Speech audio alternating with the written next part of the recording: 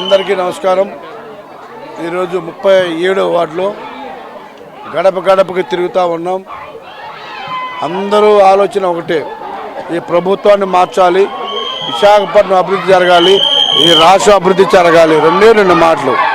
నమ్మి ఓట్లేసినందుకు ఒక ఉద్యోగం లేదు, ఒక కంపెనీ లేదు, ఏమీ లేవు. కాబట్టి మేము అందరం కూడా ఈసారి ఉమ్మడి ప్రభుత్వానికి తెచ్చుకోవాలని డిసైడ్ అయ్యాము. ఉమ్మడి అభ్యర్థులు అందరూ కూడా గెలిపిస్తాం.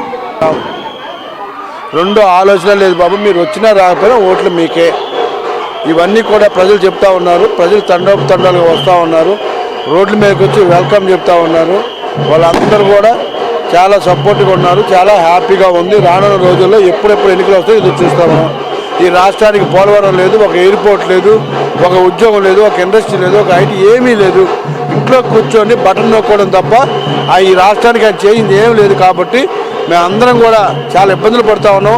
చిన్న వ్యాపారస్తులు కానీ, పెద్ద వ్యాపారస్తులు కానీ, ఎంప్లాయీస్ కానీ ప్రతి ఒక్కరు కూడా ఇబ్బంది పడుతున్నాం. కాబట్టి మేము ఎప్పుడు ఎన్నికలు వస్తాయో ఎదురు చూస్తున్నామని చెప్తా ఉన్నాం. ప్రతి ఒక్కరి కోరిక ఈ రాష్ట్రానికి చంద్రబాబు నాయుడు రాజ్యంలో ప్రభుత్వం ఏర్పడాలి, పవన్ కళ్యాణ్ గారి సారథ్యం వహించాలి అని చెప్పి అందరూ కోరుకుంటా ఉన్నారు.